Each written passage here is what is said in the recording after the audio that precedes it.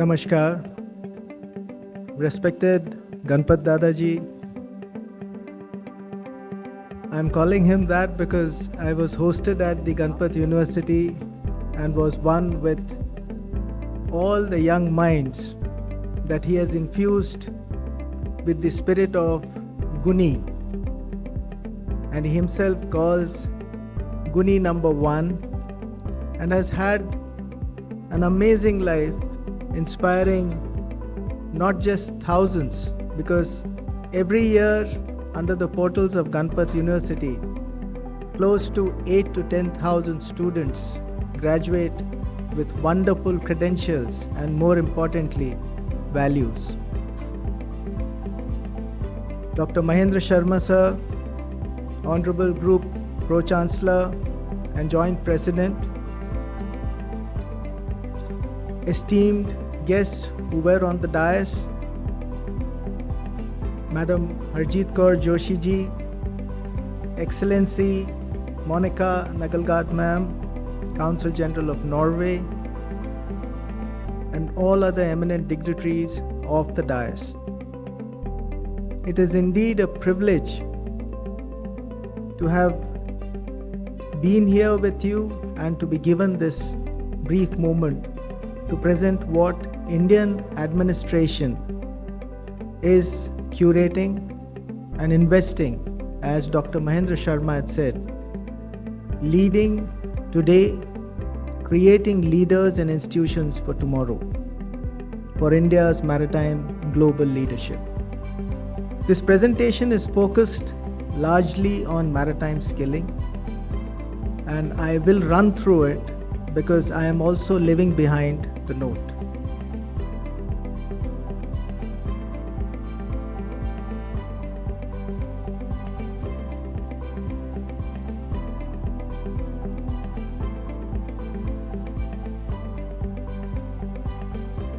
The biggest basic fundamental truth. Globally, we may say that India is growing as one of the fastest growing economies.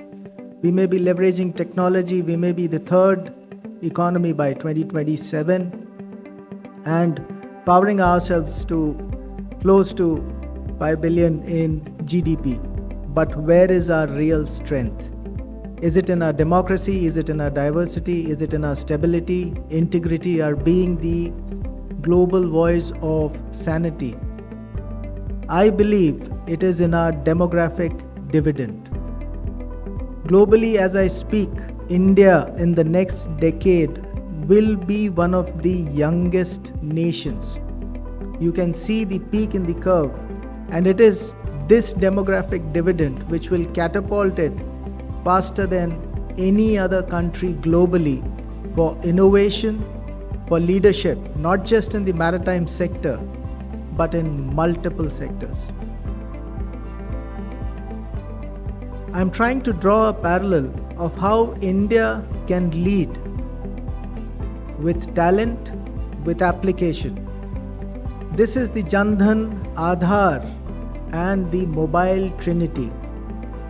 Today, India's penetration density of mobile phones is one of the highest globally.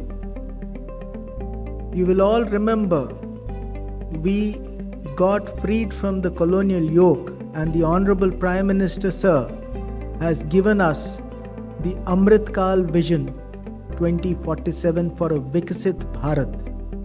100 years of freedom, and look at what we have achieved immediately, even now. Today, this financial inclusion is the backbone for elevating more than 30 crore Indians above the poverty line. Direct benefit transfers, using technology with the core banking systems of the banks, ensuring financial inclusion and more expendable money in the hands of citizens. This has been a revolution which was made by leveraging technology. And it is similarly by that technology and disruption, maritime sector also would have to flip and look for how progressive engagement will be there in the future.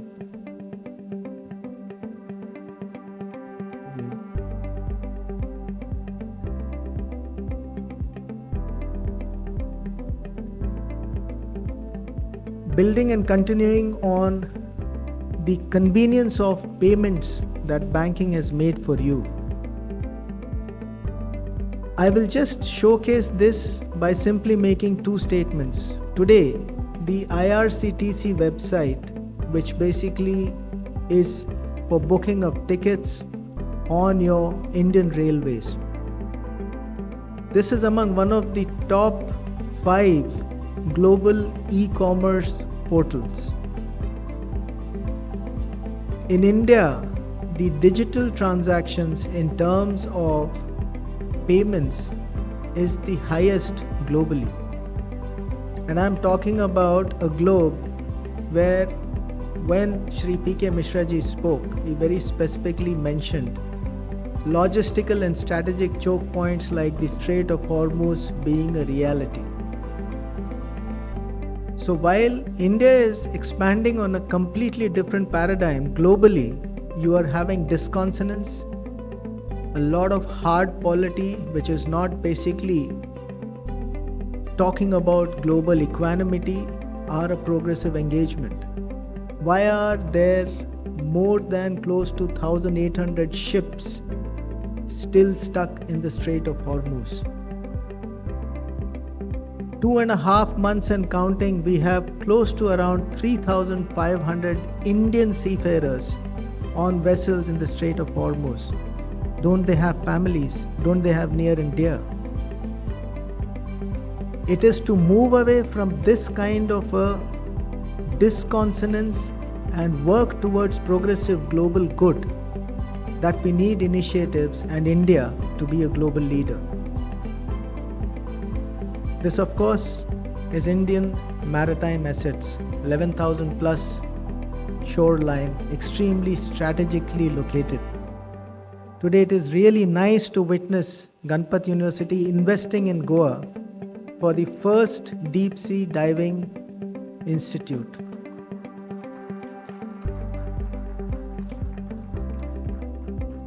Look at all the global contracts for services for offshore installations.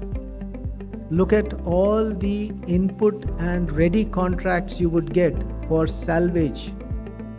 This is what is the investment both Ganpat University and the nation is making in the maritime domain.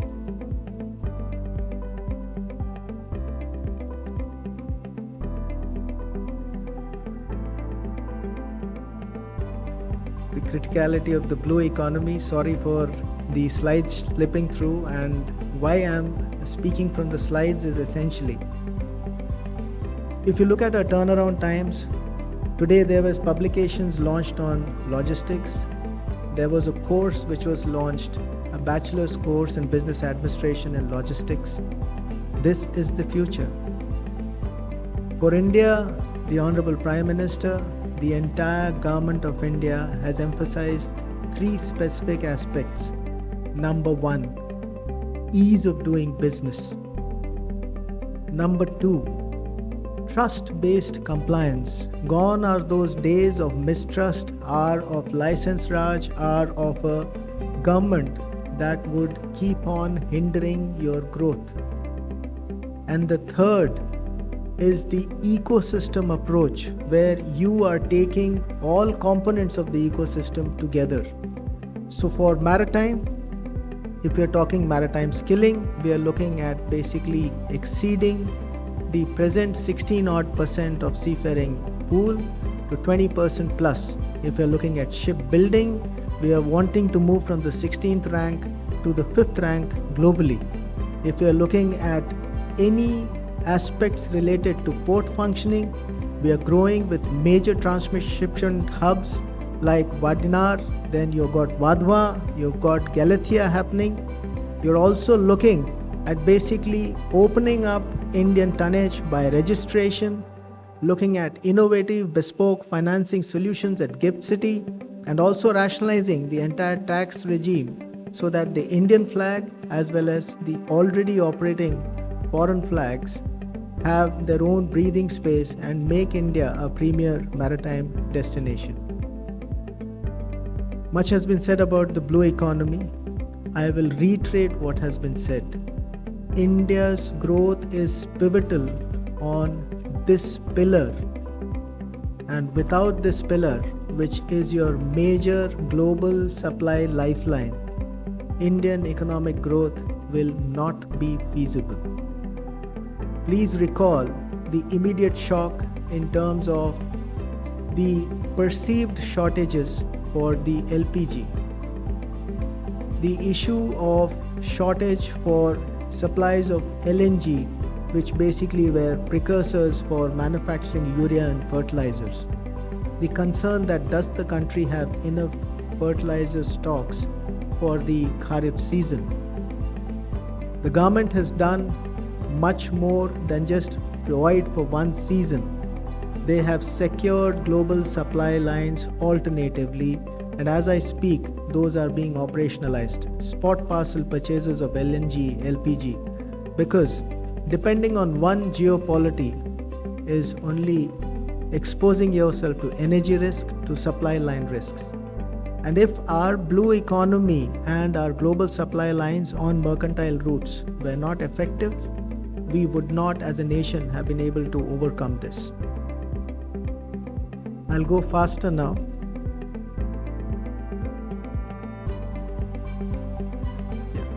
So I'll ask them to say next, because this is Indian maritime heritage is something you need to build on. 5,000 years plus.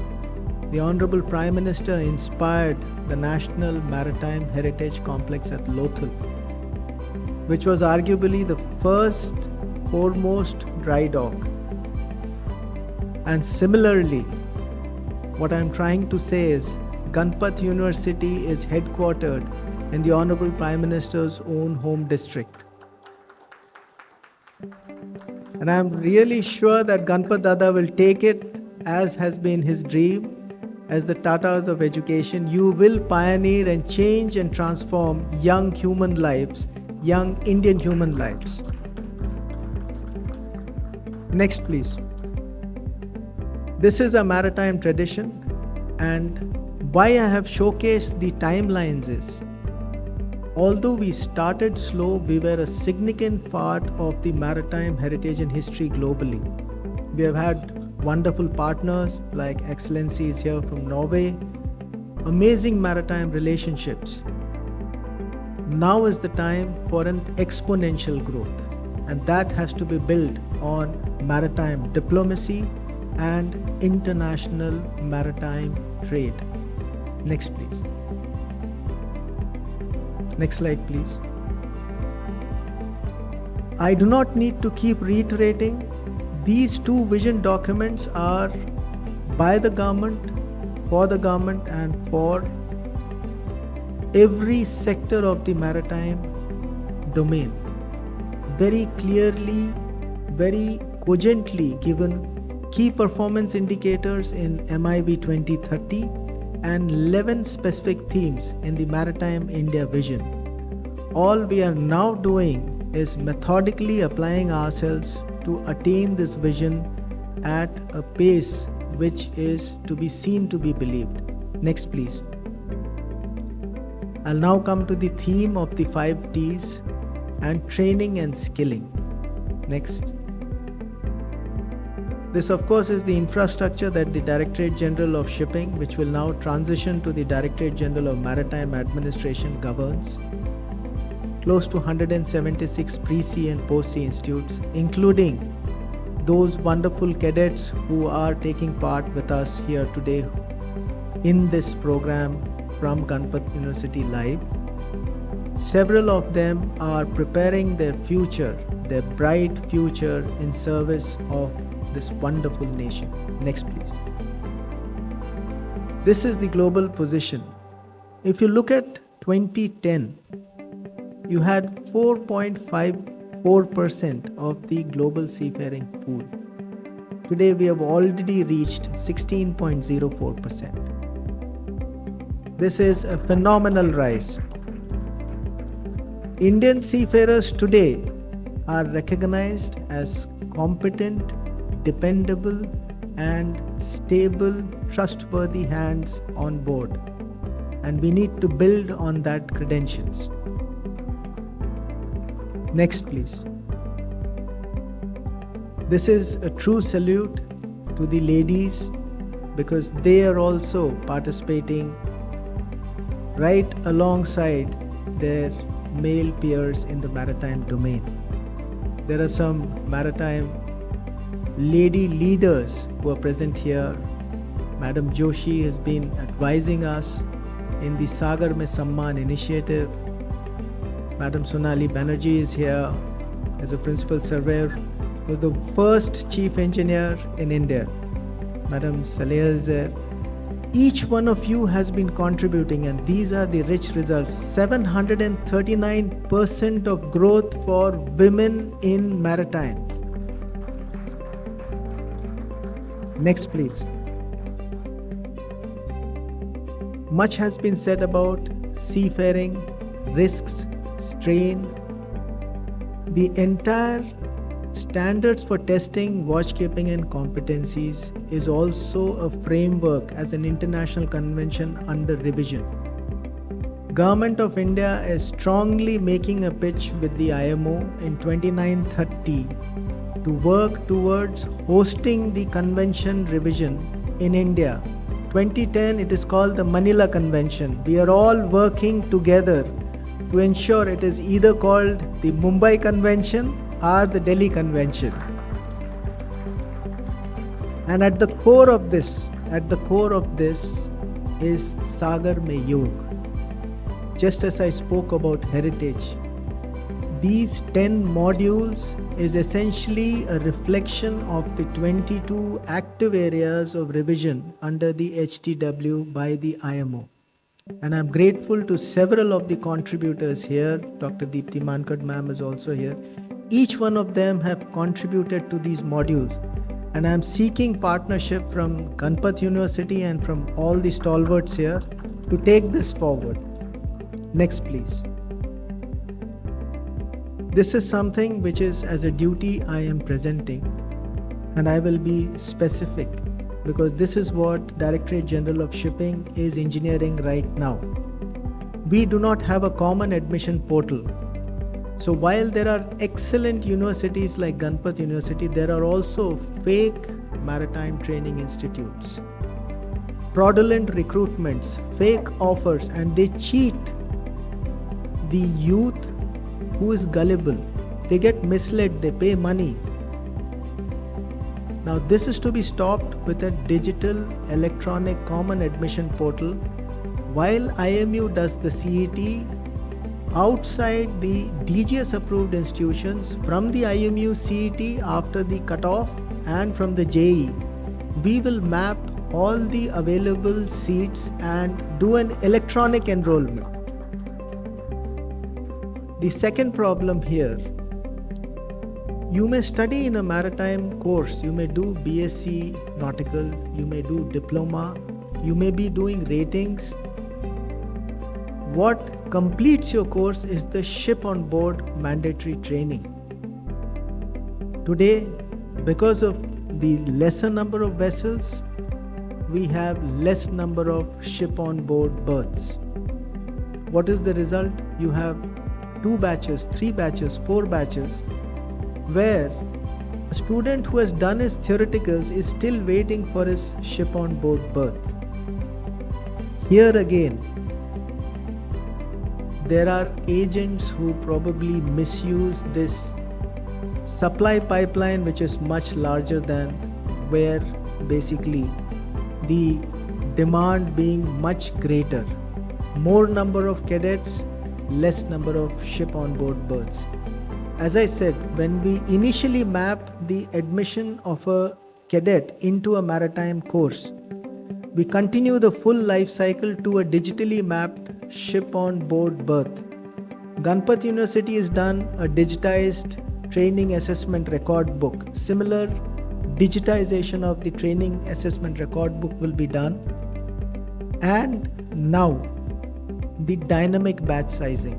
Dynamic batch sizing would mean if the DGS has approved 80 as a batch size and 76 enrollment and pass out were there, however, only 40 got the ship on board berth. The next batch electronically is curtailed to 40. So this is dynamic batch sizing, making it the mandate for the Maritime Training Institute to ensure that they are providing their stake for their own student cadet or ward for the ship on board berth. The government is also pushing for creation of ship on board berths. 96 berths are being created with the government of India in the Andaman Islands with the Directorate of Shipping Services on the vessel Swaraj Deep. Similarly, we are working on tonnage tax rationalization, and also we are speaking to FOSMA and to MASA for working out a commercial arrangement in concessions in port call charges to provide ship on board berths on vessels. Next, please.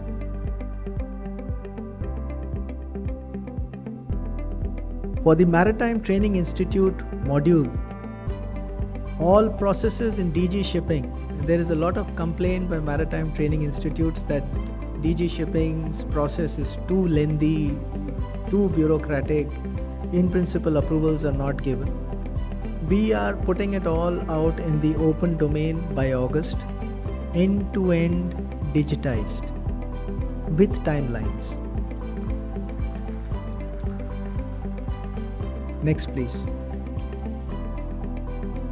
This is something I feel privileged to have been a part in the DG shipping.